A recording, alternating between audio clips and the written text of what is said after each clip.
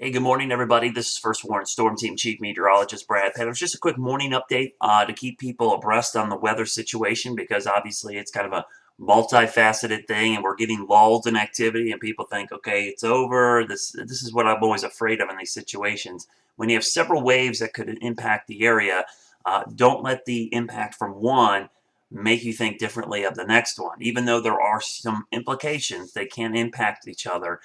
So the severity of one wave doesn't really impact the next one. It doesn't mean the next one's going to be worse or less.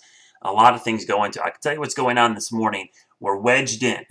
The cold front, warm front boundary is in some ways a good thing, in some ways a bad thing. It's clearly, you could see where it is right here, and I'm going to draw it real quickly. Um, the cold front, warm front boundary is somewhere in here. You can see the air up here. These are temperatures. It's in the low 50s. Temperatures down here, 70s and 80s. And it's a really big difference between one side of the front to the other. Now, if I look at the dew points, it's even easier to see. You can see the very dry air up here, which is good, not conducive for thunderstorms. But down to the south, it's very conducive. We got 70s and 60-degree dew points.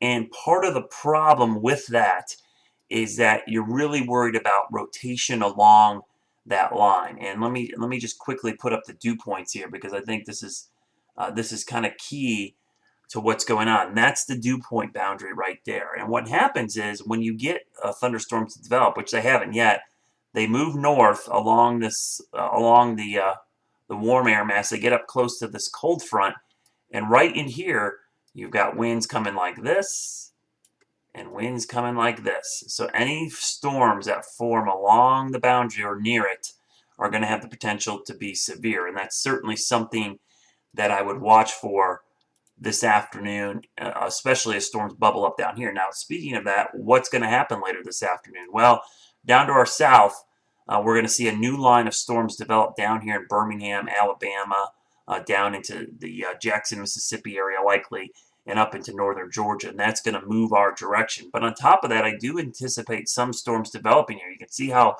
warm and humid this air mass is to our south. Let's look at the surface CAPE values. You can see the CAPE, or the thunderstorm fuel, already starting to build here down in parts of South Carolina. So I certainly believe we're going to see some develop down here in South Carolina, and these could be severe on top of that. But you can already see the surge of new instability down here in Louisiana and Mississippi. Now, what's going to kick all this off?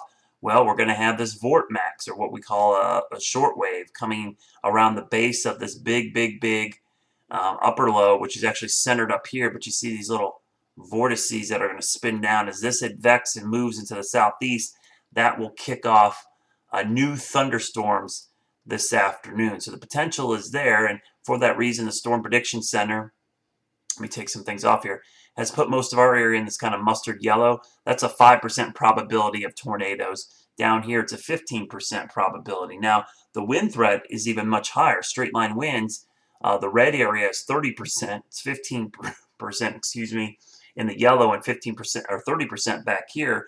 And then you look at the hail probabilities, excuse me, hail right here, 30% hail probabilities and 15% here. So the probabilities are still there. That we're going to see new storms develop. It might take a while, but the thing to watch out for is any little storms that develop ahead of the main line later tonight. Let's look at the Storm Prediction Center site, and this is down here. It's maybe difficult to see, but this is the tornado ingredients.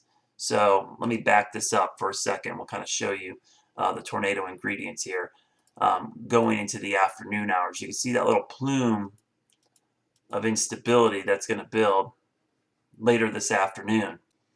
So this was the most recent run of that model, and you can see the higher ingredients. This is that parameter we like to talk about, tornado ingredients. Notice how there's a little enhancement along the North-South Carolina border, basically along that front, that wedge front.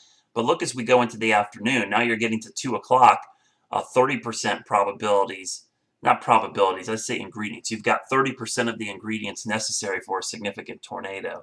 And then we go into the late afternoon. Now we're 5 o'clock.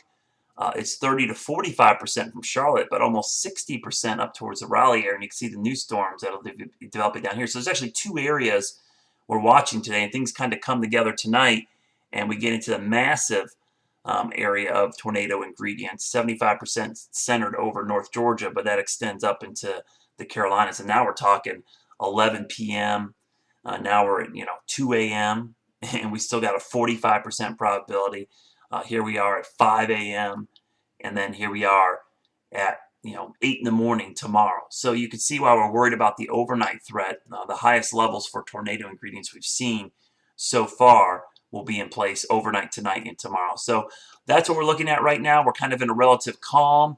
I think things, once this heating gets cranked up to our south, we're going to see new storms develop. And again, just because it's cool where you are, don't be fooled. If the boundary's just to your south, the threat is there that new storms could develop late this afternoon, especially after 2 o'clock. And I'm really concerned about around 5, 6, 7 o'clock tonight. And these will be pretty scattered. The big line of storms will probably develop overnight and head our way in the middle of the night into early morning. Of course, I'll keep things up to date online, Facebook, Twitter, wcnc.com, the Weathercaster app. People still asking me about alert apps.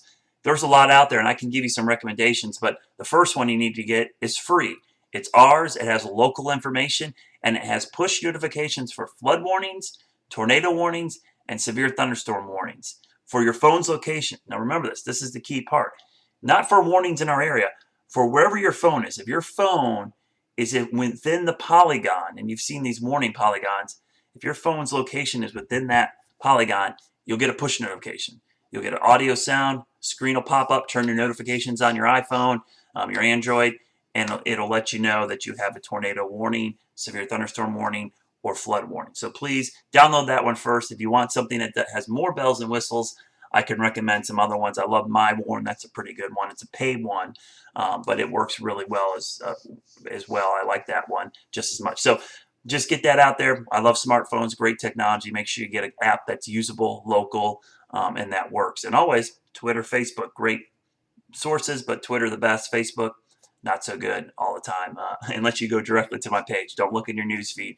You won't see all my updates. Hope you have a great day. I'll be on the air at 4, 5, and 6, and all night long if we need to be.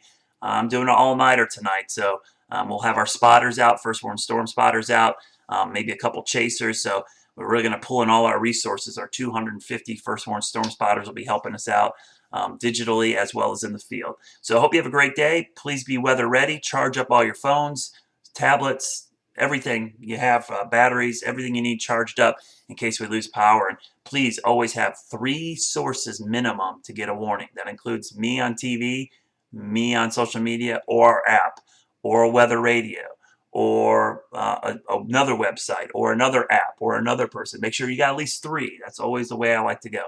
So I'll finish up now and drink my coffee and load up on caffeine and get ready for a long night. Have a great day, and I'll see you at 4 o'clock on TV.